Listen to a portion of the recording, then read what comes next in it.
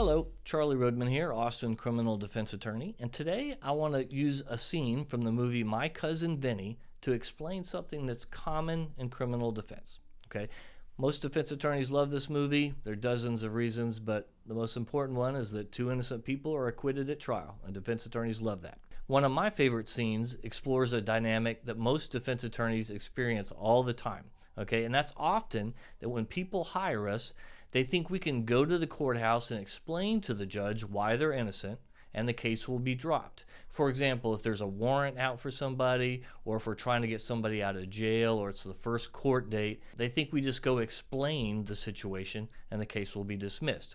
In this scene, the judge just wants Vinny to tell him if his clients plead guilty or not guilty.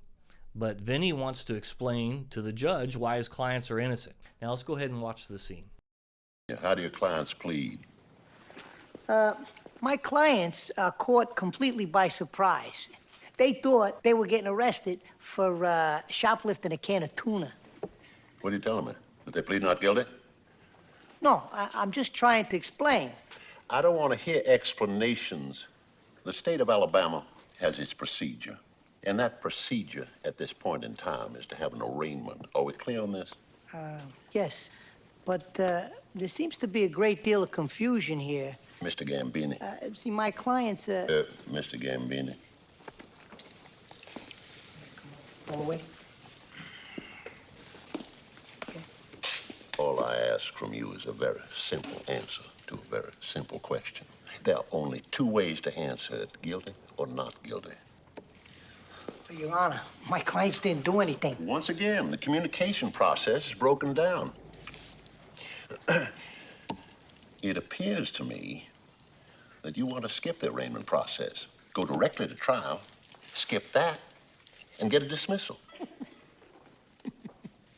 And that's often what it feels like for a defense attorney if we're arguing at the wrong time, okay? That the judge doesn't want to hear about guilt or innocence at different parts of the process. That's for specific times.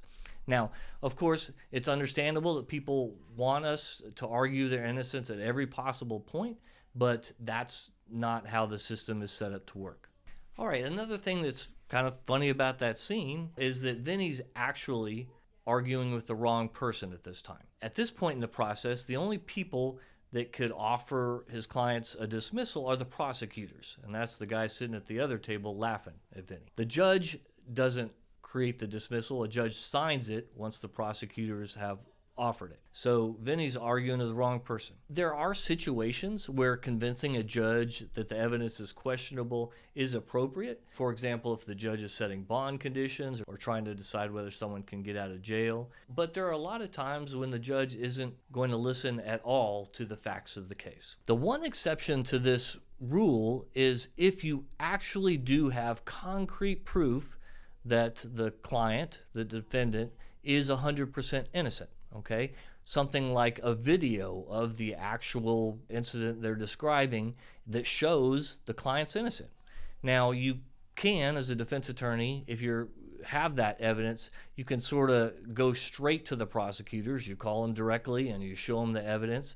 And if the evidence does prove your client's innocent, the system will move pretty quickly to let them out. Or, this is something from my actual experience. Many, many years ago, I had a client that was in jail for possession of drugs, and the police alleged that he had 6 or 7 baggies of cocaine in his car when they pulled him over. And they field tested it, positive for cocaine. Now, he's sitting in the jail. I'm visiting him, and he says, "Mr. Roadman, that is laundry detergent."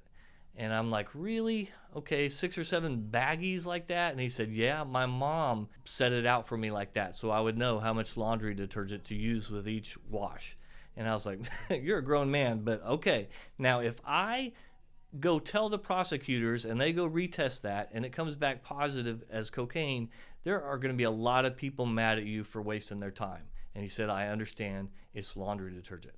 So I went back to my office, I called one of the prosecutors, and I said, "Man, you're not going to believe this, but here's what he's saying. I told him that he better not be pulling our leg and wasting your time."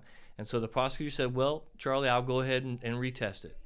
And then an hour later, that prosecutor called me and said, "Charlie, we're dismissing those cases because it was laundry detergent." Now, that's a situation where we skipped everything and went straight to a dismissal, but that's because we had 100% proof he was innocent. And I say the system doesn't want an innocent person necessarily to wait. If they know for sure they're innocent, the system will get them out and dismiss their case. All right, I hope that helps.